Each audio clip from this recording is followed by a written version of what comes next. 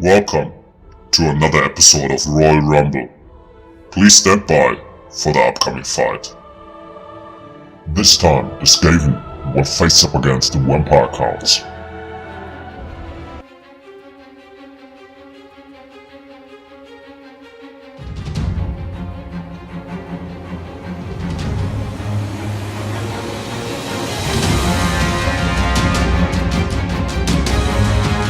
So welcome to another episode of Royal Rumble and thank you for tuning in. In this episode I'm playing the Skaven and I'm facing up against the Vampire Count. So quite interesting matchup over here. And it's also the first time that I play this matchup over here, so I cannot say anything to it. So I will directly start with my army composition. And this is really a great game, very well played from both sides, and I can really recommend to watch this game over here. Really great game, great battle.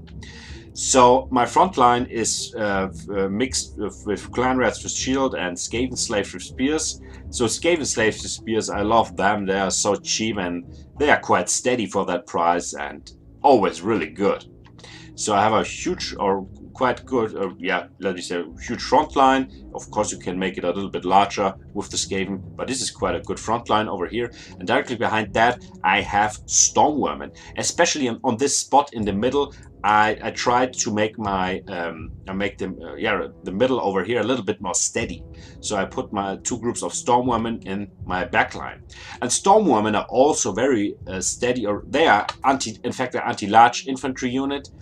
But they also perform very well against other infantry units. So they are very heavily armored. They have a huge amount of melee defense, or a good amount of melee defense.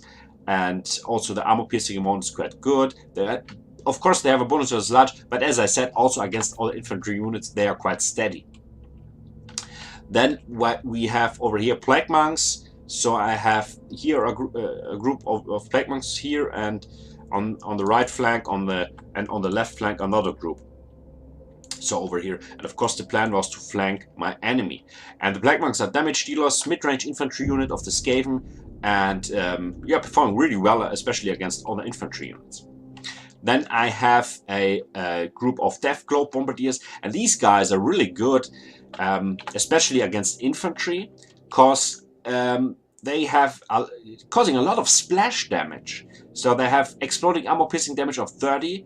And as I said, causing a lot of splash damage, and this is really good, especially against the Vampire Counts, because Vampire Counts naturally blob with their units.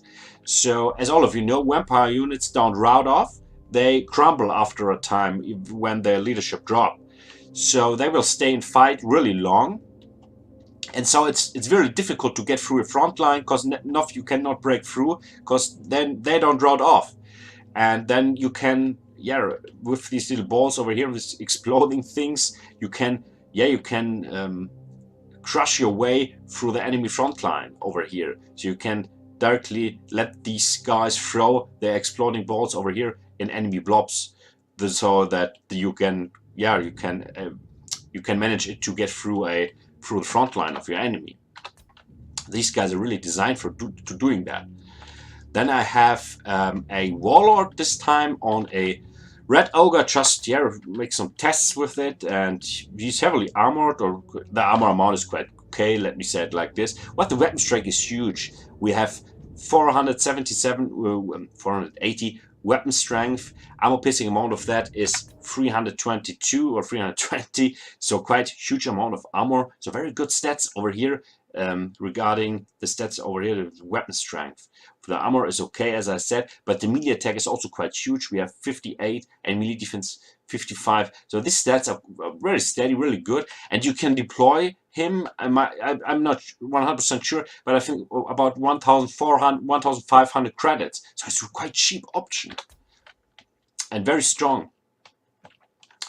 Then let me take a short look if I forgot something over here. Yeah, of course, I have a Plague Priest over here, and because I think it is quite good also to bring also to be able to spawn a lot of units. So all of you know, Vampire Count is able to, with all these race stat, to spawn all these zombies and all that stuff. And you can also do this with you can also spawn Plague Monks in the back line of of the vampire count player.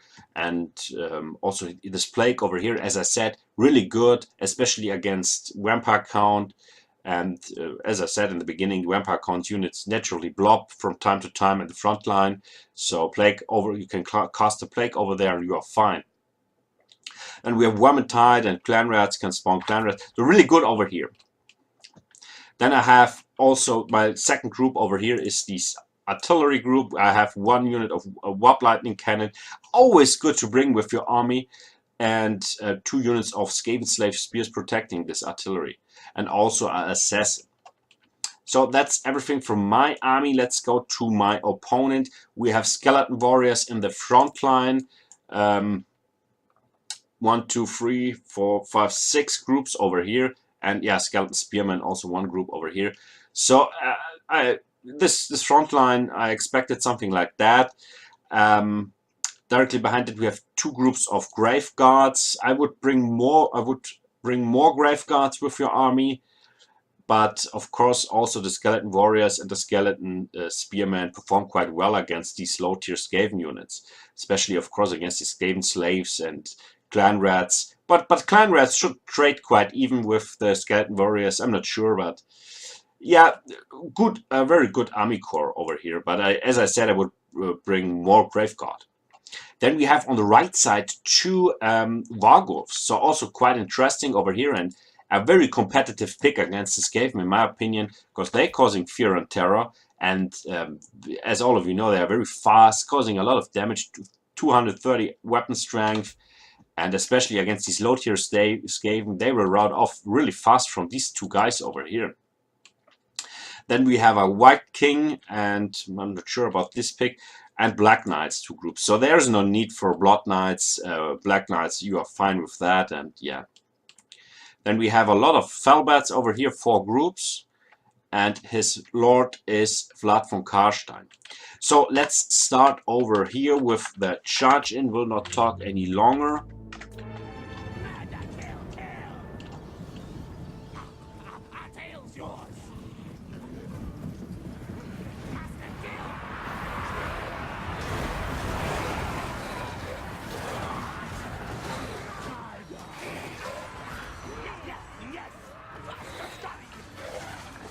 So a quite wide front line, you can say.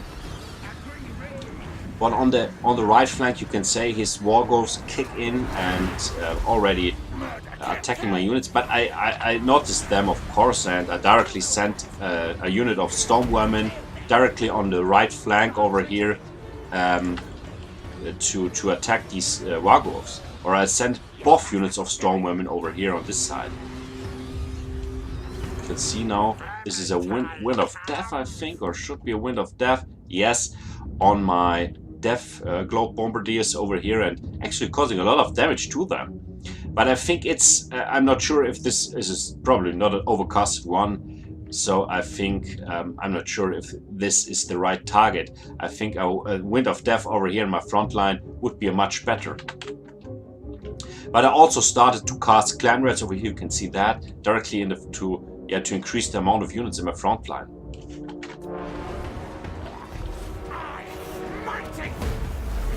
But you can see the Warlord performed very well against Vlad von Karstein and actually damaged Vlad quite much. You can see that. So causing so much damage to Vlad.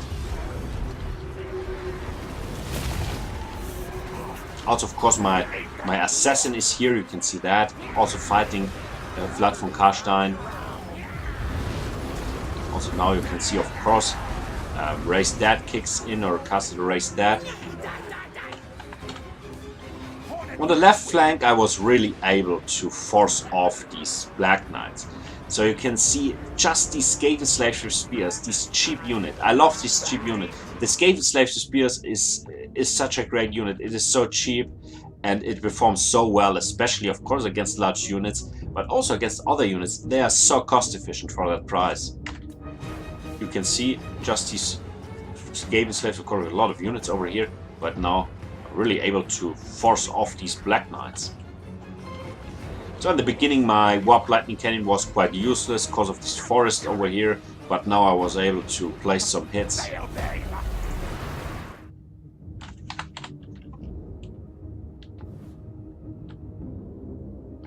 Vlad is still online, but I think now that's it. Last hit from the Warlord.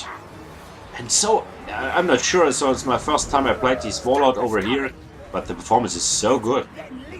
He damaged Vlad von Karstein so much.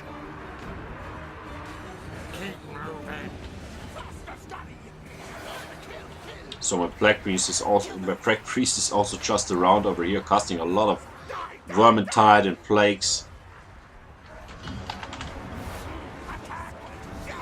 And now a Warlord is after his Warghost, so I can really recommend to bring the Warlord against the Vampire count. But he's performing quite well against the heroes and also against monsters like the Warghost. You can see that he's taking nearly no damage. The Warghost is dead. Vlad von Karstein is dead. So the Warlord is very strong. Anti-large bonus? No, just no anti-large bonus.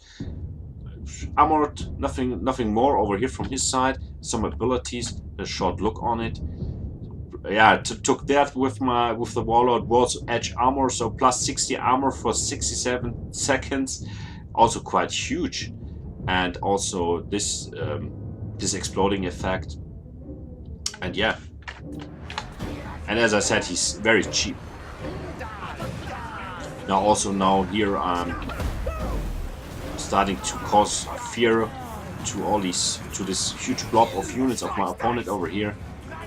And yeah, that's it for this game.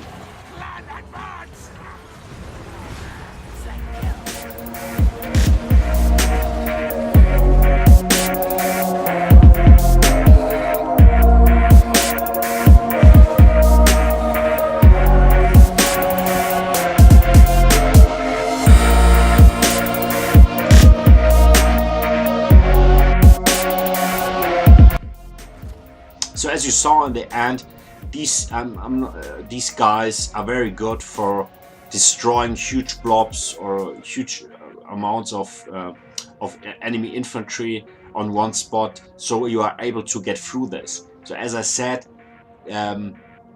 vampire counts will naturally blob a little bit always, cause the units don't rot off. They will crumble after a time, but they will not rot off. So they will stay a little bit longer in fight, and so they will a little bit blob a little bit, and you're not able to break through. And these guys are really designed for that. So with all these splash damage, directly shoot in this blob over there, and you are fine. And of course, the Plague Monks also performed really well. And I'm not sure, so I think this was a quite competitive pick. I would leave out the White King, no need for that in my opinion.